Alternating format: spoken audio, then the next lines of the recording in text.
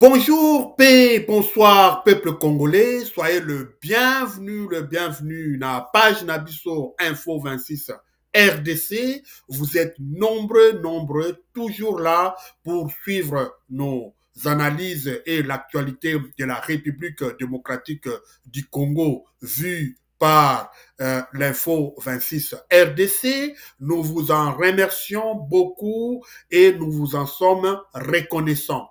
Soyez toujours là et n'oubliez pas de vous abonner, de commenter, de liker et de partager notre lien à travers toutes les plateformes de numérique.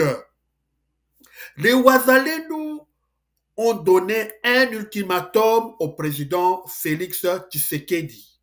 Un ultimatum, un mémorandum de 6 points.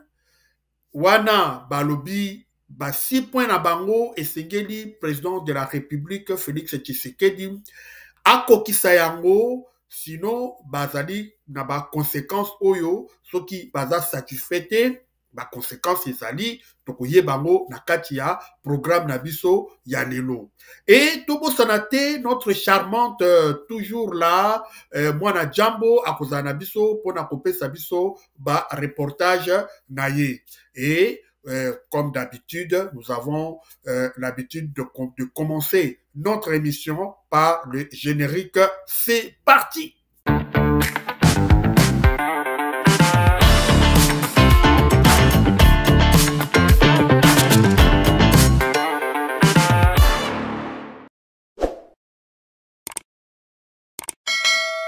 Abonnez-vous massivement et partagez. Encore une fois, soyez nombreux de suivre notre page Info 26 RDC. Soyez les bienvenus de continuer à nous faire confiance. Avant tout banda émission Nabiso, information, il y a dernière minute, Laurent Sokoko, Oyo Toyebiye, il y a Laurent Sokoko, Oyo Boketi Wayambo à Lobaka tout le temps. Il y a Laurent Sokoko Oyo Azali, membre, il y a 1-23 et homme d'affaires congolais. Il a pessi ba moyen pour Yakokoisa ville ya Uvira. Alors, il y a Laurent Sokoko, il a tiba moyen na ye, a tindi batu na ye, kuna baza déjà na kati ya ville ya Uvira, pour na kokoisa ville ya Uvira. Et na ba émission o eza koya, tokomemela bino ba détail nyon surtout ya affaire ya Laurent Sokoko kuna na ville ya Uvira. Les Ouazalendo ont donné un mémorandum à Félix Tshisekedi, président de la République. Mémorandum wana, ils en a 6 points. Pesi, 6 points na bango, oyo, président de la République, na gouvernement ya Kinshasa, et Sengeli, satisfaire na déclaration na bango, na demande na bango, pour bango continuer kozala loyal, bazala fidèle na régime ya Kinshasa.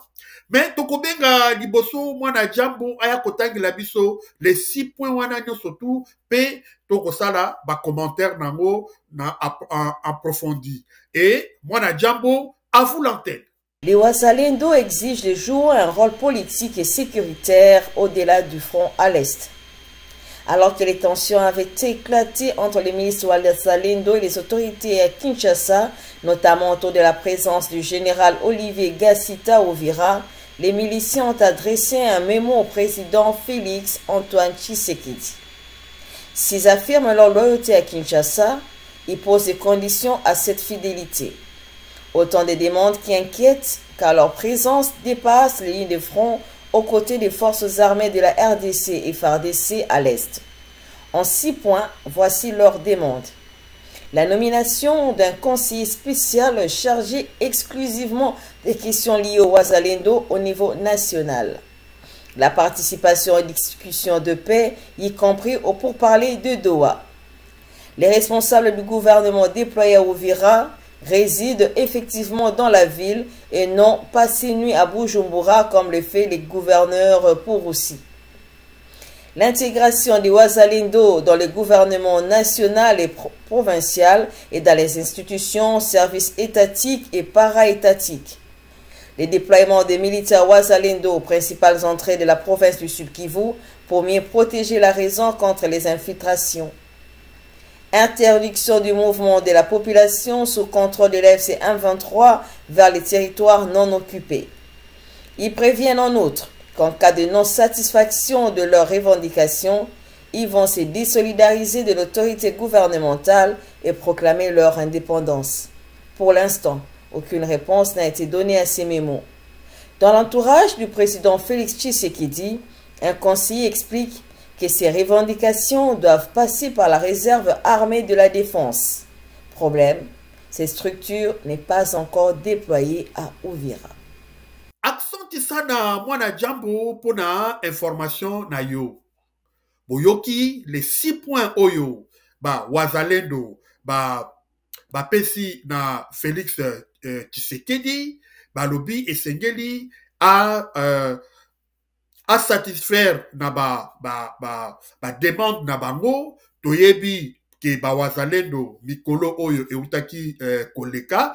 Comment ba Wazalendo ont fait reculer le président de la République tango azwaki décision ya ko nommer le général de brigade Olivier Gasita, to monaki comment ba Wazalendo ba telemaki pona ko kozala ko ponako koyebisa président de la République leur mécontentement ponako lakisa ki baza d'accord te na nomination ya général de brigade Olivier Gasita, to monaki manifestation oyo esalemaki kuna na Uvira et puis to monaki comment les FRDC ba réprimandaki manifestation pacifique ya population ba kufi to monaki ndenge bana ba kufi ainsi de suite. Donc événement on a oyo ezalaki organisé par ba Wazalendo et faire reculer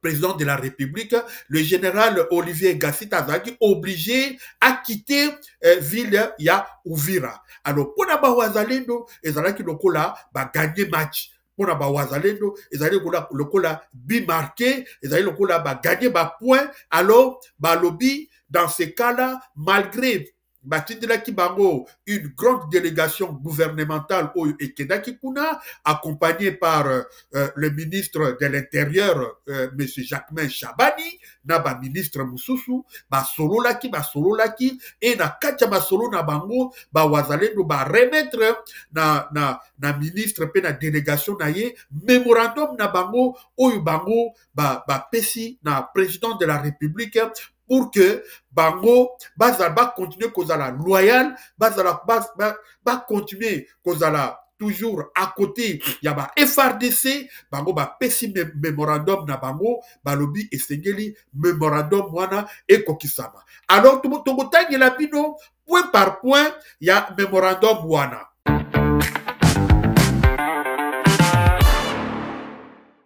Voilà, ya diposo pa Wazalendo balobi bango basengi na président de la République a nommé bango un conseiller spécial exclusivement oyo akotala kaka makambo ya ba Wazalendo, akotala makambo susu te. Balobi ke ba intermédiaire ba leki ebele pour ba komisa ba préoccupation na bango et pas ya président de la République. Alors intermédiaire wana pe baza kolia mbongo ba s'enrichir na Mukongo ya ba Wazalendo toyoki kuna na Fizi kuna ba Wazalendo baza kokanga banzela baza kotia ba barrière balobi ezali une façon pona bango ya ko ya kozwa mbongo ya kosomba minuki ya kosomba masasi parce que gouvernement aza kosala eloko te pona bango.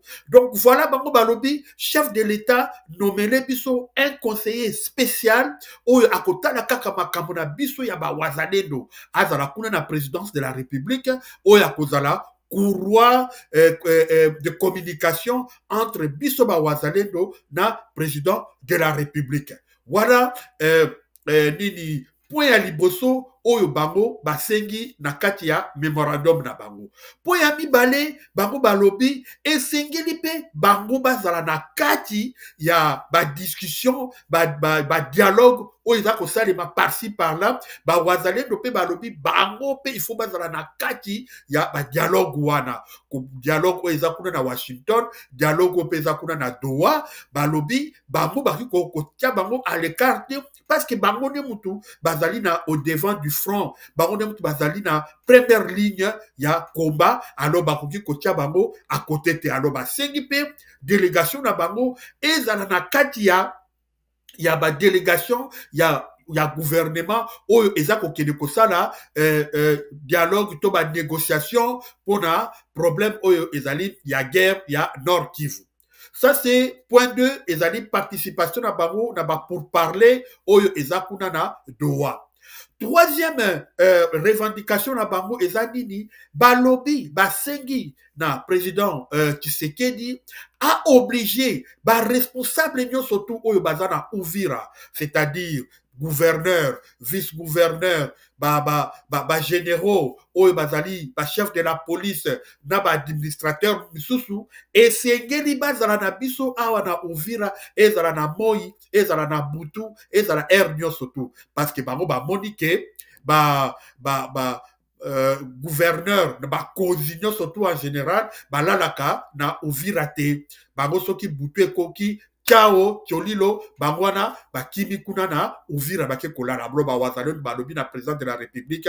Cette histoire-là doit s'arrêter. Bissonia surtout, Tokozalana, Uvira. Ceux qui Tokokufa, Tokufa Kakana, Uvira. Donc voilà un peu, Wana Ezalaki Lokola, troisième revendication na Bango. Alors, quatrième revendication na Bango, Bango, Bawazalendo, Basengi, na président de la République, déployer Bango, na poignon surtout oyo ezali na Sud Kivu oyo eko permettre ba M23 ba accéder na Sud Kivu to na Uvira. Alors ba sengi na président ya République ba déployer bango na ba point chaud na ba point stratégique nyo surtout oyo ezali kuna na Sud Kivu ba wazalendo ba sengi ba déployer bango. Wana ezali quatrième revendication. Wana ezali lokola quatrième revendication na bango, ya ko déployer bango na ba point stratégique nyon surtout ya Sud Kivu. Et cinquième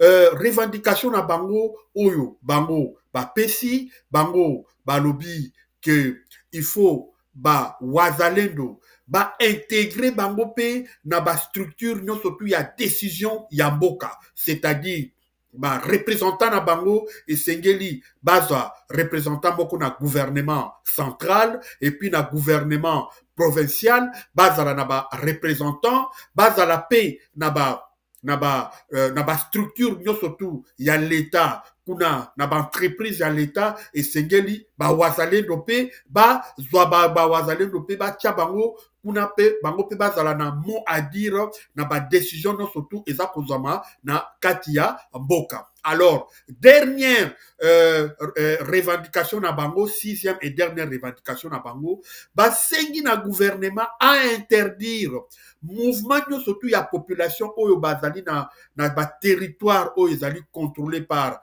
ba M23, ba boyi batwana ba ya kokota na territoire oyo eza occupé te oyo ba territoire eza na maboko ya gouvernement ya na maboko ya gouvernement ya Kinshasa. Alors ba wazalendo balingi ba population oyo baza kuna na Goma na Bukavu ba ya côté territoire ya gouvernement oyo azali ko contrôler ba boyi batwana parce que ba lobby bango mingi ba oyo bazouta kuna na ba territoire occupé bazali ba infiltré. Donc voilà un peu ce que tokoki ko loba par rapport ya ba revendication oyo ba wazalendo memorandum oyo ba wazalendo batindeli président de la République Félix Tshisekedi ezali 6 totangi yango nyonso tu ya liboso balobi esengeli banomele bango représentant moko spécial oyo bana kosokipe na bango directement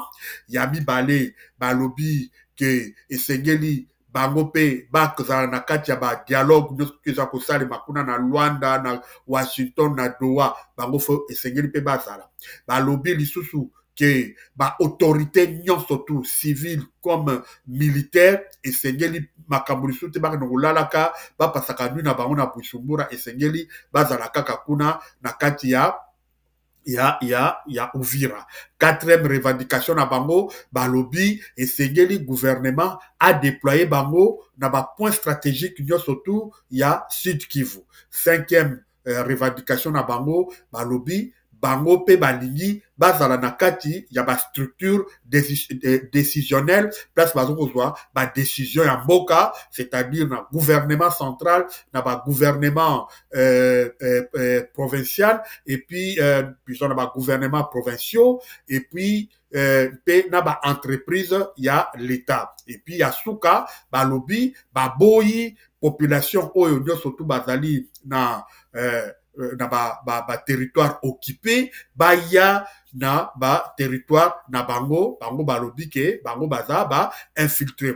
Voilà mémorandum oyo ba wazalendo batindeli Félix Tshisekedi à résoudre yango na lombangu vraiment na lombangu pesa après avoir chassé général Gassita pona ba wazalendo baza lokola ba marqué marqué but ya lokola ba gagner 3 points na match alors ba matisi la barre un peu plus haut pour na ko revendiquer ba nini na bango pour na ko revendiquer ba droit na bango to ko revendiquer ba décision na bango ba pesi memorandum wana alors bango ba bakisi na memorandum wana balobi soki to toza satisfait et ce qui gouvernement central to président Tshisekedi à résoudre problème wana teto à satisfaire bango na revendication na bango te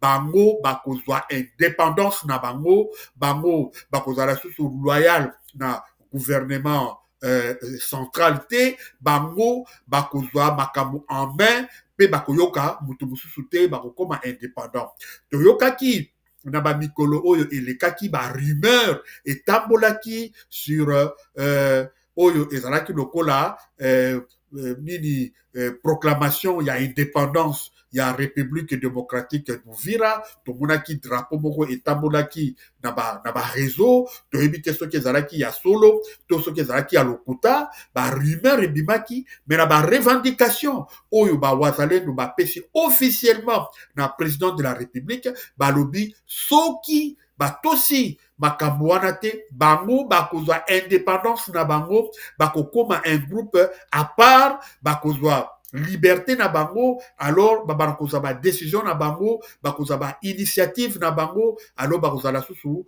ba collaborateur ya gouvernement ya Kinshasa te. Donc voilà oyo ba wazalendo sukisi na kati ya memorandum na bango tozela ce qui va se passer. Mais entre-temps conseiller ya président de la République bayebi to tangi kombo na ete ye a réagisaki à chaud na memorandum ya ba wazalendo alobi non ba wazalendo bango bazalaka na kati ya structure o babengi RAD nikolakisa réserve de l'armée de défense RAD wana ezalaki voté par le Parlement na 2023 votaki loi wana ya ba réserviste alors ba wazalendo bazali géré par cette structure wana cet organisme wana nemteza ko gérer ba wazalendo alors conseiller na lobby ba wazalendo soki bazana ba préoccupation bazana ba souci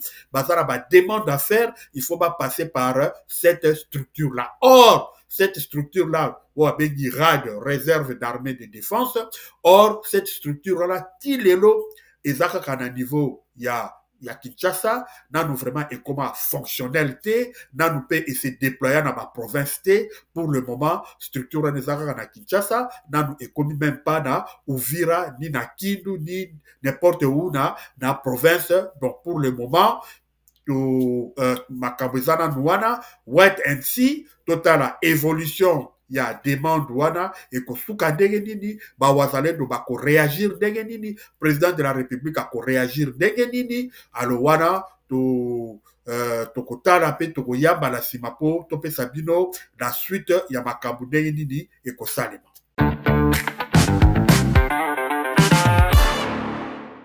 Matondi mingi, matondi, merci, parce que bozalaki ebele ya kolanda information pe analyse na biso.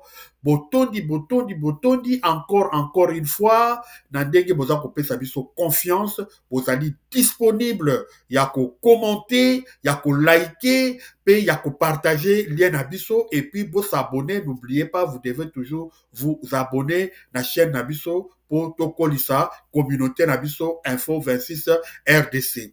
Boboto o mabota mabino, kimia pe eza na mabota nabino, de tomonani barasima na ba information mususu. Ciao!